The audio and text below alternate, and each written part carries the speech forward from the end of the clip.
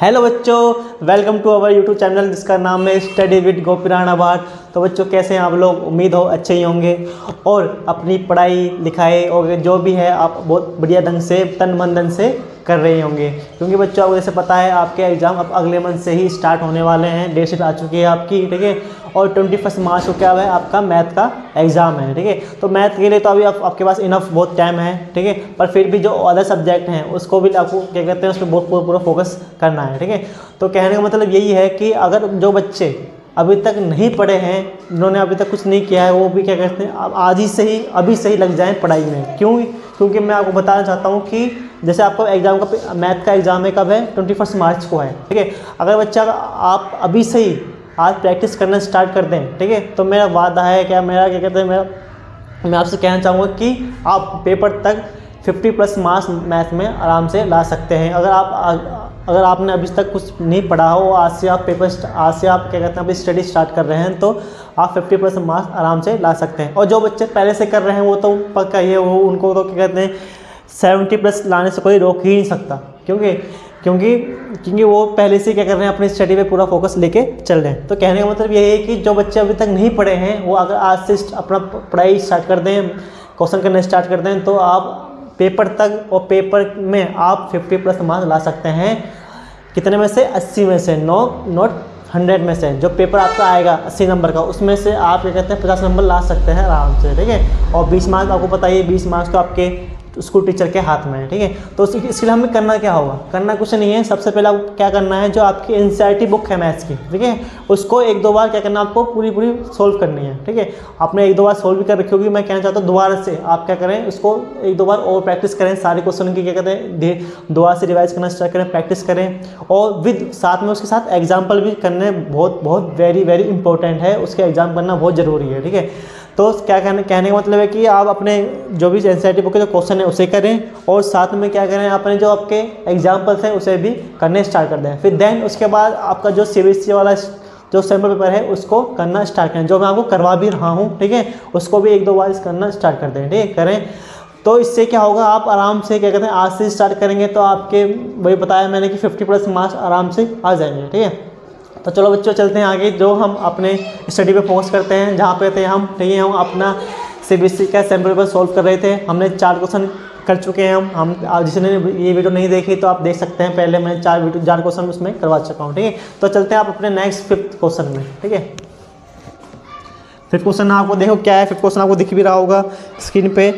तो 5th question बोलता है कि if the vertex of a parallelogram PQRS taken in order are P3 और 4 Q-2 and 3 and R-3 and -2 and then the coordinate of its fourth vertex SR, ठीक है। तो क्या question क्या कह रहा है? क्वेश्चन ये कह रहा है कि हमारे पास क्या एक पैरेललोग्राम है, ठीक है। तो पहले बच्चों हम क्या बना लेंगे, एक पैरेललोग्राम बना लेते हैं। चलिए बना लिया पैरेललोग्राम, ठीक है। और इसका नामकरण कर दो। इसका नाम क्या रखा है इन्होंने? इनका नाम रखा है इन्होंने PQRS। बच्चों क्या नाम है इसका? PQRS। देखिए बच्चे कभी कभी क्या कर देंगे ABCD लिख के आएंगे, ठीक है। नहीं ABCD मत लिखना, जो दे रखा है वो वही लिखना है, क्योंकि नाम से बहुत फ़र्क पड़ता है, ठीक है। तो आप इसमें देखो हमें दे रखे हैं P के पॉइंट क्या हैं? P के पॉइंट हैं 3 और 4। Q का पॉइंट क्या है? -2 और 3। R के पॉइंट क्या है? -3 एंड -2। तो हमें क्या फाइंड करना है? X के कोऑर्डिनेट, X का पॉइंट हमें फाइंड करना है। तो X का नहीं दे रखा था, उसको क्या ले लेंगे, उसको हम X और Y लेट कर लेंगे या मान लेंगे, ठीक है। जिसके निकालना है, जिसके पॉइंट निकालने हैं उसके हम क्या X Y मान लेंगे, ठीक है। अब देखो इसको हम करते कैसे सोल्व करेंगे, ठीक है। तो सबसे पहले जो ये डायग्राम दे रखा है वो क्या दे रखा है? एक पैरेललोग्राम दे रखा है, ठीक है। तो बच्चों पैरेललोग्राम की प्रॉपर्टीज आपको पता होनी जरूरी है कि पैरेललोग्राम की प्रॉपर्टीज़ क्या होती हैं, ठीक है। तो सबसे पहले हम देखते हैं इसकी प्रॉपर्टीज़ क्या होती हैं। आपको पता होगा जो पैरेललोग्राम होता है उसके अपोजिट साइड क्या होती हैं? पैरेलल होती हैं, ठीक है। अपोजिट साइड क्या होती हैं? पैरेलल होती हैं। और अपोजिट एंगल भी क्या होते हैं? पैरेलल होते हैं, ठीक है। अपोजिट साइड और एंगल क्या होते हैं? पैरेलल होते हैं, ठीक है। तो क्या मैं इनसे ये इस 2 प्रॉपर्टी से क्या मैं इस क्वेश्चन को सॉल्व कर सकता हूँ? नहीं कर सकता, ठीक है। हम क्या कहते हैं अपोजिट साइड और अपोजिट एंगल से मैं इसको क्या कहते हैं क्वेश्चन को सॉल्व नहीं कर सकता। एक थर्ड प्रॉपर्टी और होती है, वो क्या होती है? जो थर्ड प्रॉपर्टी होती है वो होती है कि इन पैरेललोग्राम डायगोनल, जो डायगोनल्स होते हैं, डायगोनल्स बाइसेक्ट ईच अदर, ठीक है। जो पैरेललोग्राम के जो डायगोनल होते हैं, डायगोनल मतलब ये SQ और PR, ये क्या करते हैं, एक दूसरे को बाइसेक्ट करते हैं, ठीक है। हिंदी मीडियम वाले क्या कहते हैं, चिंता न करें, मैं हिंदी में बताऊंगा। हिंदी में क्या कहते हैं, जो इसके जो विकर्ण होते हैं, ठीक है, जो इसके विकर्ण होते हैं वो क्या करते हैं, एक दूसरे को क्या करते हैं, समद्विभाजित करते हैं, ठीक है। क्या करते हैं, समद्विभाजित करते हैं, बाइसेक्ट करते हैं, ठीक है। और कहाँ पे बाइसेक्ट करेंगे, यहाँ पे, इस पॉइंट पे। इस पॉइंट का नाम क्या देंगे बच्चों आप, O, ठीक है। O पे क्या कर रहे हैं, एक दूसरे को क्या कर रहे हैं, बाइसेक्ट कर रहे हैं, ठीक है। अब यहाँ से क्या रोल निकलता है बच्चों, देखो जो ये PQ है, PQ का यहाँ पे, PQ का ये जो O है क्या है, एक मिड पॉइंट है, ठीक है। एक PQ लाइन है, इसका O क्या है, मिड पॉइंट है। ऐसी SQ का भी मिड पॉइंट क्या है बच्चों, O क्या है, इसका मिड पॉइंट है, ठीक है। तो मिड पॉइंट से हमें क्या समझ में आता है कि इसमें मिड पॉइंट फॉर्मूला लग जाएगा आपका, ठीक है। तो कहने का मतलब क्या, देखिए मैं अगर मैं ये लाइन लेता हूँ PR, ठीक है, मैंने ये लाइन खींची PR का मिड पॉइंट क्या है, O, और P के पॉइंट क्या है, 3 और 4, और R के पॉइंट क्या है हमारे, -3 और -2, ठीक है, ये दिख रहा होगा आपको। ऐसी दूसरी लाइन कौन सी है हमारी, SQ, S का पॉइंट हमें निकालना है XY, और Q के पॉइंट क्या है हमारे, -2 और -3, ठीक है। और इसका भी क्या मिड पॉइंट क्या है, इसका भी मिड पॉइंट क्या है बच्चों, O ही है, ठीक है। अब यहाँ से आपको मिड पॉइंट फॉर्मूला पता होगा, जिसको नहीं पता वो फॉर्मूला बच्चों याद करें। मिड पॉइंट फॉर्मूला क्या कहता है, ठीक है। जब मिड पॉइंट फॉर्मूला होता है वो क्या होता है, हिंदी में कहते हैं मध्य बिंदु, ठीक है बच्चों। मध्य बिंदु वाला फॉर्मूला क्या होता है, x1 प्लस x2 अपॉन में 2, और y निकालने के लिए y1 प्लस y2 अपॉन में 2। सबसे पहले हम निकालते हैं PR का मिड पॉइंट, ठीक है। तो PR में देखो x1 क्या होता है, x1 होता है जो यहाँ से निकलता है, आगे वाली वैल्यू x होती है, पीछे वाली y होती है, ठीक है। तो x1 क्या हो गया हमारा 3 प्लस x2 क्या होगा, x2 क्या होगा बच्चों, x2 क्या होगा, ये तो दूसरे से निकलता है, ये आगे वाला x2, ठीक है। ये -3 है तो -3 लिख देंगे, ठीक है। अपॉन में 2 सॉल्व करोगे, प्लस माइनस तो कट गया, 0 बचा, 0 अपॉन में 2 हो गया, तो आंसर क्या आ गया इसका, 0 ही आ गया, ठीक है। अब यहाँ से y निकालते हैं, y क्या होगा इसका, देखिए y क्या होता है, पीछे वाला, तो y1 क्या है, ये y1 तो y1 क्या हो गया 4 प्लस y2 क्या हो गया हमारा -2, ठीक है। अपॉन में 2 प्लस माइनस करोगे तो कितना आएगा 2 अपॉन में 2 काटोगे तो कितना आ जाएगा 1, तो y की वैल्यू यहाँ से आ गई 1 आ गई, ठीक है। अब इसको सॉल्व करते हैं, SQ में भी क्या निकालते हैं, मिड पॉइंट फॉर्मूला लगाते हैं। तो क्या होता है formula, x1 plus x2 upon में 2, x1 क्या है इसका x ही है, प्लस और x2 क्या है -2 है, ठीक है, अपॉन में 2। अब इसको सोल्व करोगे तो प्लस माइनस तो x -2 आया, अपॉन में 2 आ गया, ठीक है। y निकालने के लिए y1 प्लस y2 अपॉन में 2, y1 क्या हो गया बच्चों, y1 हो गया y, ठीक है, और प्लस y2 क्या हो गया 3 अपॉन में 2, ठीक है। तो यहाँ से ये निकला। अब तुम यहाँ से क्या है, हम यहाँ से देखते हैं कि अब देखो मिड पॉइंट भी क्या है, O है, और इसका मिड पॉइंट भी क्या है, O है, ठीक है। जब दोनों के मिड पॉइंट बराबर है तो इसका मतलब ये जो x की वैल्यू निकली है ये इसके बराबर होगी, और जो y की वैल्यू निकली है वो इसके बराबर होगी, ठीक है। तो हम क्या करेंगे, इन दोनों को क्या लिखेंगे, बराबर में लिखेंगे, ठीक है। तो इसका x क्या निकला 0, और इसका x क्या निकला x -2 अपॉन में 2, ठीक है। तो मैं आपको यहाँ पर सॉल्व करके दिखा देता हूँ आगे। देखो क्या निकला, x -2 अपॉन में 2 इक्वल टू, इसका x तो क्या था 0 था, ठीक है। तो क्या करेंगे, ये 2 का जाएगा ऊपर मल्टीप्लाई करेगा 0 से तो कितना आएगा 0 आएगा, तो x ये माइनस के इधर आके प्लस का, तो x की वैल्यू क्या निकली यहाँ से 2 निकल गई, ठीक है।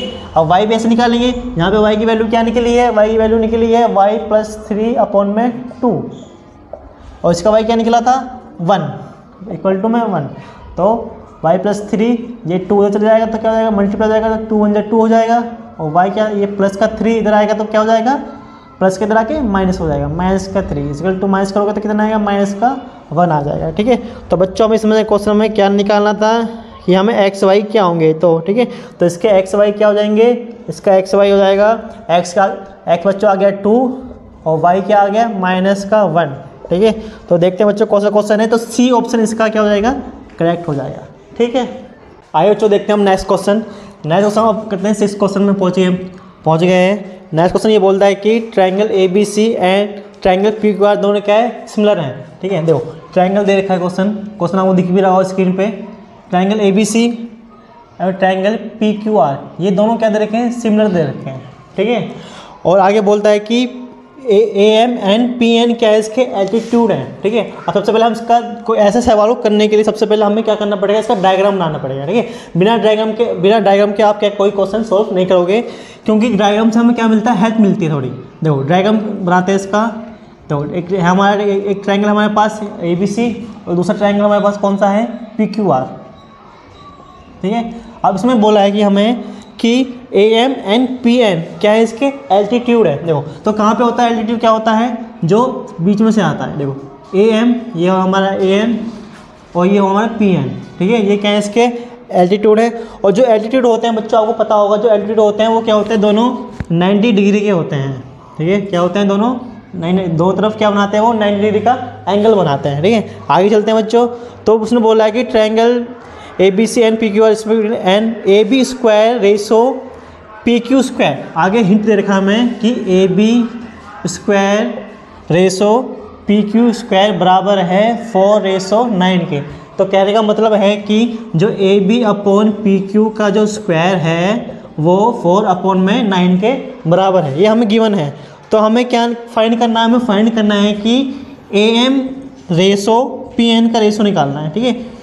ये हमें फाइंड करना है, AM रेशो PN इसका रेशो हमें फाइंड करना है, ठीक है। तो देखते हैं इस क्वेश्चन हम कैसे सोल्व करेंगे, ठीक है। तो सबसे पहले देखो बच्चों, हमें यहाँ जो गिवन है कि AB अपॉन में PQ का स्क्वायर 4/9 के इक्वल है, ठीक है। तो हमें क्या करना है बच्चों, हमें इसका क्या करना है, स्क्वायर रूट कर देना है।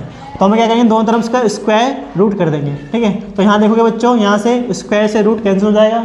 4 का स्क्वायर रूट क्या होता है बच्चों, आपको पता ही होगा, 2 होता है। और 9 का स्क्वायर रूट क्या होता है, 3 होता है। तो कहने का मतलब है हमें यहाँ से क्या मिला कि AB अपॉन PQ किसके बराबर हो गया, 2/3 के बराबर हो गया, ठीक है। अब आगे देखते हैं, हमें क्वेश्चन में ये बता रखा है कि ABC ट्रायंगल और PQR ट्रायंगल दोनों क्या है, सिमिलर हैं, ठीक है। क्या है, सिमिलर हैं। जब ये सिमिलर होते हैं तो इनके जो कॉरस्पॉन्डिंग पार्ट होते हैं वो क्या होते हैं, उनका रेशो क्या होता है, इक्वल होता है, चाहे वो साइड हो चाहे वो एंगल हो, ठीक है। अब हमें फाइंड क्या करना है बच्चा, हमें फाइंड करना है AM और PN, इसका रेशो निकालना है, ठीक है। तो हम क्या करेंगे, देखो हम यहाँ पे दो ट्रायंगल को क्या करेंगे, सिमिलर करेंगे। कौन कौन से दो ट्रायंगल करेंगे, जिसमें AM और PN आ रहा होगा उसको हम क्या करेंगे, सिमिलर करेंगे। तो सबसे पहले देखिए कहाँ पे आ रहा है, देखो हम ट्रायंगल लेंगे ये वाला, कौन सा, ABM और PQN, ठीक है। तो triangle ABM and triangle PQN, इन दोनों को हम क्या करेंगे, सिमिलर, ठीक है, सिमिलर क्या करेंगे, प्रूफ करेंगे। तो सबसे पहले देखो क्या ले सकते हैं हम, देखो आपको हमें क्वेश्चन में गिवन है कि ABC और PQR क्या है, ये सिमिलर हैं। अगर ये सिमिलर होंगे तो इनके कॉरस्पॉन्डिंग पार्ट का रेशो भी क्या होगा, इक्वल होगा। तो मैं कह सकता हूँ कि ये देखो ये B जो एंगल B है वो ABM के अंदर भी आ रहा है और ABC के अंदर भी आ रहा है, ठीक है। ऐसे यहाँ पे जो एंगल Q है वो PQN के अंदर भी आ रहा है और PQR के भी अंदर आ रहा है। तो कहने का मतलब है कि यहाँ से एंगल B और एंगल Q दोनों क्या हैं, सिमिलर है, ठीक है, थोड़ा इक्वल, दोनों बराबर है, ठीक है। नेक्स्ट हम क्या लेंगे, ये वाला एंगल लेंगे, ठीक है, कौन सा, AMB PNQ, ये दोनों क्या बना रहे हैं, 90-90 बना रहे हैं, इसलिए दोनों क्या हो जाएंगे, बराबर हो जाएंगे, ठीक है। तो एंगल AMB बराबर B और PNQ ये दोनों क्या हो जाएंगे, बराबर हो जाएंगे, ठीक है। तो कहने का मतलब ये दोनों हमें क्या मिल गया, ये भी एंगल है और ये भी एंगल है, तो बाय एंगल से क्या हो गया, ये दोनों सिमिलर हो गए। तो मैं यहाँ क्या लिखूंगा, ट्रायंगल ABM सिमिलर का साइन ये होता है, आपको पता ही है, और ट्रायंगल PQN ये दोनों क्या होंगे, सिमिलर होंगे। अब देखो अगर अब ये दोनों ट्रायंगल सिमिलर हो गए तो इसके कॉरस्पॉन्डिंग पार्ट भी क्या होंगे, का रेशो क्या होगा, बराबर होगा। तो मैं लिख सकता हूँ कि AB अपॉन में PQ बराबर AM अपॉन में PN, ठीक है। अब यहाँ से देखो हमें ए बी अपॉन में क्यू पी क्यू दे रखा है, क्या दे रखा है 2/3, तो क्या लिख देंगे 2/3 बराबर इसको ऐसे रखेंगे ए एम अपॉन में पी एन। और हमें क्या करना था, यही फाइंड करना था बच्चा। देखो हमें यही फाइंड करना था कि ए एम और पी एन का रेशो क्या है, तो ए एम और पी एन का रेशो क्या हो जाएगा 2:3 हो जाएगा। ठीक है, तो यही इसका आंसर हो जाएगा। ठीक है, आइए बच्चों देखते हैं अब नेक्स्ट क्वेश्चन, क्वेश्चन नंबर 7 देखते हैं। क्वेश्चन नंबर 7 क्या बोला है, क्वेश्चन 7 बोलता है कि x tan 60 into cos 60 equal to sine 60 into cot 60। तो हमें क्या निकालना है, x की जो ये x है बच्चा, ये x की वैल्यू फाइंड करनी है। ठीक है, तो वो वेरी सिंपल क्वेश्चन है, कुछ नहीं है, बस हमें क्या करनी है यहाँ पे वैल्यू पुट करनी है। ठीक है, तो सबसे पहले देखो x को ये रखोगे x बीच में मल्टीप्लाई, tan 30 की वैल्यू tan 60 की वैल्यू क्या होती है, मैंने बच्चों आपको ट्रिग्नोमेट्री टेबल भी याद करवाई थी। मैंने क्या कहता है पिछले वीडियो में मैंने आपको ट्रिग्नोमेट्री टेबल कैसे याद करें, उसकी ट्रिक क्या है आसानी से। ठीक है, उस वीडियो को जरूर देखना। देखो तो tan 60 की वैल्यू क्या होती है √3 होती है। ठीक है, इंटू cos 60 की वैल्यू क्या होती है 1/2 होती है। ठीक है, और साइन 60 की वैल्यू क्या होती है √3/2 होती है, इंटू और cos 60 की वैल्यू क्या होती है बच्चा 1/√3 होती है। ठीक है, अब आइए देखते हैं कैसे कर सॉल्व करते, सिंपल है, कुछ नहीं करना। देखो सेम 2 से 2 कट गया। जब भी कोई नंबर इक्वल में होते हैं, बराबर में होते हैं, तो सेम संख्या क्या आती है, कट जाती है। ठीक है, 2 से 2 कट गया। अब मल्टीप्लाई में क्या करते हैं बच्चों, मल्टीप्लाई में ऊपर नीचे करते हैं। ठीक है, मल्टीप्लाई में ऊपर नीचे काटते हैं, सामने सामने नहीं काटते हैं, और इक्वल में हमेशा सामने सामने काट देते हैं। ठीक है, अब आगे देखते हैं क्या बचा यहाँ पे √3 बचा। ठीक है, इक्वल में, और यहाँ क्या बचा 1 बचा। ठीक है, अब x निकालना है, तो ये √3 यहाँ मल्टीप्लाई में है, इधर आएगा तो क्या रहेगा अपॉन में आ जाएगा। ठीक है, अपॉन में, तो x की वैल्यू क्या निकली 1/√3 निकली। अब क्वेश्चन में फॉर्म में हमें क्या दे रखा है, ऑप्शन क्या दे रखे हैं cos 60 tan 30 sin 30 cot 30। तो ये किसकी वैल्यू है बच्चा, ये वैल्यू है tan 30 की वैल्यू है। ठीक है, तो इसका आंसर क्या होगा, बी आंसर होगा tan 30 आंसर होगा।